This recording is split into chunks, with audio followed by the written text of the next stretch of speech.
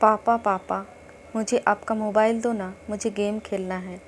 8 साल की छोटी सी गुड़िया ने अपने पापा सोहन से गेम खेलने के लिए मोबाइल की मांग की। सोहन ने कहा, नहीं बेटा, अभी काम है मुझे, बाद में दूंगा। गुड़िया ने जिद करते हुए कहा, नहीं पापा, दो ना, मैं तुरंत गेम खेलकर दे दूंगी।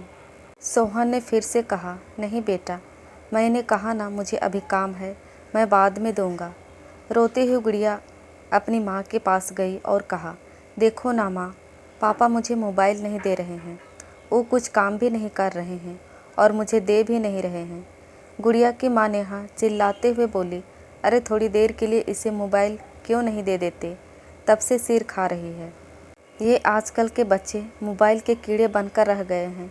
मोबाइल और कंप्यूटर के बारे में जितना हम माँ बाप को पता नहीं होता, उससे ज़्यादा तो इन बच्चों को पता रहता है। वो हमारे पड़ोसी शर्मा जी हैं ना, उनका बेटा मोनू की उम्र हमारी बेटी से 1 या 2 साल ही ज़्यादा होगी। उसे जब देखो मोबाइल में ही घुसा रहता है, कितना एडवांस हो गया है उनका बच्चा। मोबाइल तो अलग बात है, वो लैपटॉप भी चला लेता है, कितना मैच्योर बिहेव करता है वो। लगता है हम किसी बड़े लड़के से बात कर रहे हों। बात विचार में अपने माता पिता की तरह ही स्टाइल मेंटेन करता है वो छोटा सा बच्चा। उसके माँ बाप भी तो कितने फ्रैंक रहते हैं सबके साथ। साथ बैठकर टीवी देखना, मूवी देखना सब करते हैं। कितने सारे गेम लाकर रख दिया है उसके पिता ने उसके लिए। पूरे घर में गेम की सीढ़ी बिखरी पड़ी रहती है। ऊपर से मोनू इतना स्मार्ट है कि वह खुद से ही इंटरनेट से गेम डाउनलोड कर लेता है। उनके बेटे को कभी रोते नहीं देखा। दूसरी तरफ हमारी बेटी को देखो, बात बात पर रोती रहती है, हर समय मोबाइल की रट लगाए रहती है। एक आप हो कि उसे तो मोबाइल देते ही नहीं। सोहन ने कुछ सोचते हुए कहा, वो सब तो ठीक है, उसके गेम खेलने के लिए एक अलग से मोबाइल दे दूंगा, लेकिन इस तरह वो ज़्यादा मोबाइल यूज करेगी तो उसकी आंख पर बुरा असर हो सकता है। नेहा कुछ नहीं बोली तो सोहन ने कहा, मैं अभी किसी काम से बाहर जा रहा हूँ, लगभग 10 मिनट में आ जाऊँगा, फिर हम लोग सब मिलकर कहीं घूमने चलते हैं।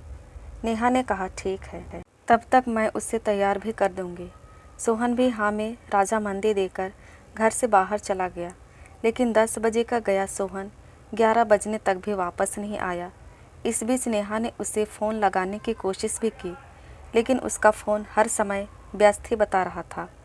नेहा को सोहन की चिंता होने लगी कि आखिर क्या बात है जो अभी तक सोहन आया नहीं। लगातार कोशिश के बाद आखिरकार एक बार सोहन का फ़ोन लग ही गया। फ़ोन लगते ही नेहा बोल उठी, क्या हुआ? 10 मिनट का बोल गए, 1 घंटे से ऊपर हो गया, तुम्हारा तो कुछ पता ही नहीं। सोहन ने बताया, आज के घूमने का प्रोग्राम कैंसिल कर दो, आज हम घूमने नहीं जाएंगे, और अगर जाएंगे भी तो शाम को। नेहा ने आश्चर्य और चिंता भरे स्वर में पूछा, लेकिन बात क्या है, कहाँ हो तुम? सोहन ने कहा, हॉस्पिटल में हूँ। नेहा चीख पड़ी, क्या हॉस्पिटल में, क्या हुआ तुम्हें?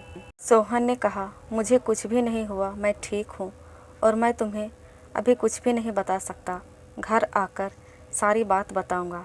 लगभग शाम तक सोहन वापस आया। आते ही नेहा ने सवालों की झड़ी लगा दी, तुमने तो कहा था शाम को घूमने चलेंगे, ये टाइम भी निकल गया, अब गुड़िया को कैसे समझाऊं? सुबह से सज धज कर तैयार बैठी है कि कब पापा आएंगे और वह हम सबके साथ घूमने जाएगी। सोहन ने कहा, उसे किसी तरह समझा बुझाकर खिला पिलाकर सुला दो, मुझे तुमसे कुछ ज़रूरी बात करनी है। नेहा ने ऐसा ही किया। रात को सोते समय नेहा ने सोहन से पूछा, अब बताओ क्या हुआ, आज दिन भर किस काम से बाहर रहे? सोहन ने बताया, वो हमारे पड़ोसी शर्मा जी हैं ना, उन्हें एक परेशानी आ गई थी, उसी में लगा रह गया। मैं आज सुबह जैसे ही घर से निकला तो बाहर देखा, पार्किंग एरिया में कुछ लोग झुंड बनाकर खड़े थे। पास जाकर देखा तो मोनू और 9 साल का छोटा सा बच्चा अपने साथ खेल रही बच्ची नित्या के साथ गलत हरकत करने की कोशिश कर रहा था। कुछ लोग उसकी अश्लील हरकतों को देख हंस हंस कर बातें कर रहे थे।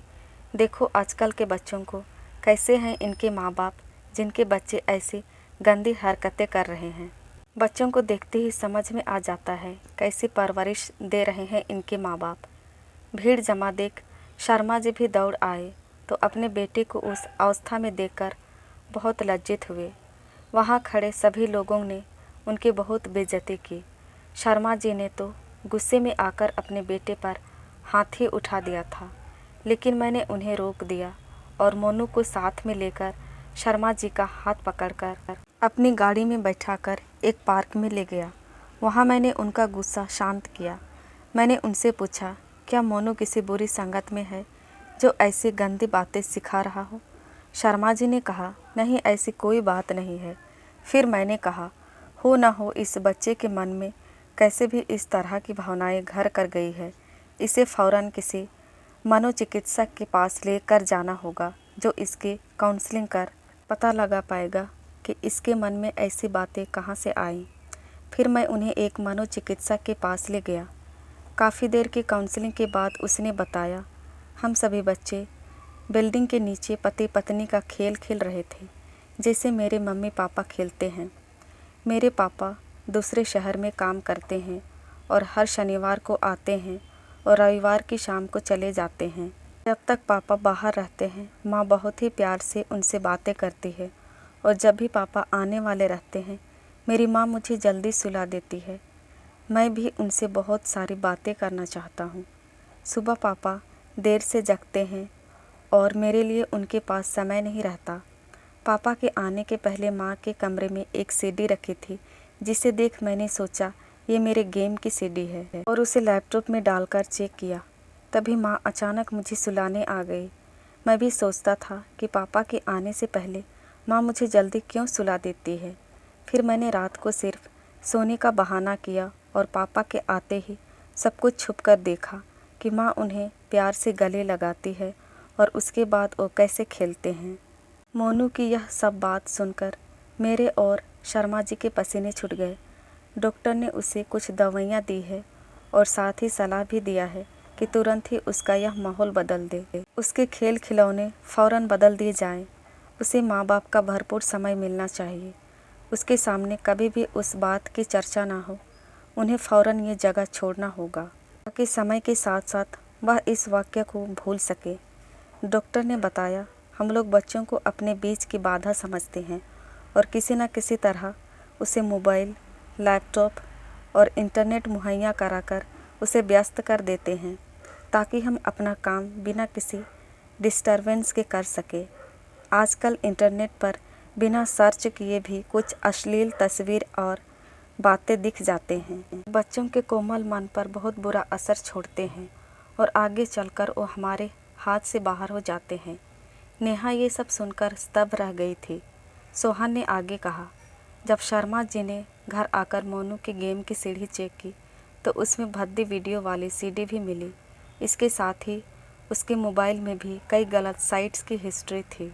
जानती हो, उसने तो बहुत ही अश्लील ड्राइंग भी बनाया हुआ था। ये सब सुनकर नेहा कांप उठी। उसने झट से कहा, सुनो जी, हम अपनी बेटी को अलग से मोबाइल नहीं देंगे और कभी देंगे भी तो अपनी निगरानी में प्रयोग करने को कहेंगे। हम अपनी बेटी के साथ ढेर सारा समय बिताएंगे और हर सही गलत बात के लिए उसका उचित मार्गदर्शन भी करेंगे। सोहन ने भी सहमति में सिर हिला दिया। दोस्तों, अपने बच्चों के साथ प्यार भरा रिश्ता बनाकर उन्हें सही गलत की शिक्षा देनी चाहिए और सबसे महत्वपूर्ण बात कि उनके साथ ढेर सारा वक्त बिताना चाहिए, क्योंकि माता पिता होना एक बहुत बड़ी जिम्मेदारी होती है और परवरिश कोई खेल की बात नहीं होती है। क्या आप इस बात से सहमत हैं? कमेंट करके हमें ज़रूर बताइएगा। अगर आपको ये कहानी पसंद आई हो तो अपने दोस्तों के साथ ज़रूर शेयर करें और ऐसे ही इंटरेस्टिंग कहानियाँ सुनने के लिए हमारे चैनल को सब्सक्राइब करना ना भूलें। धन्यवाद।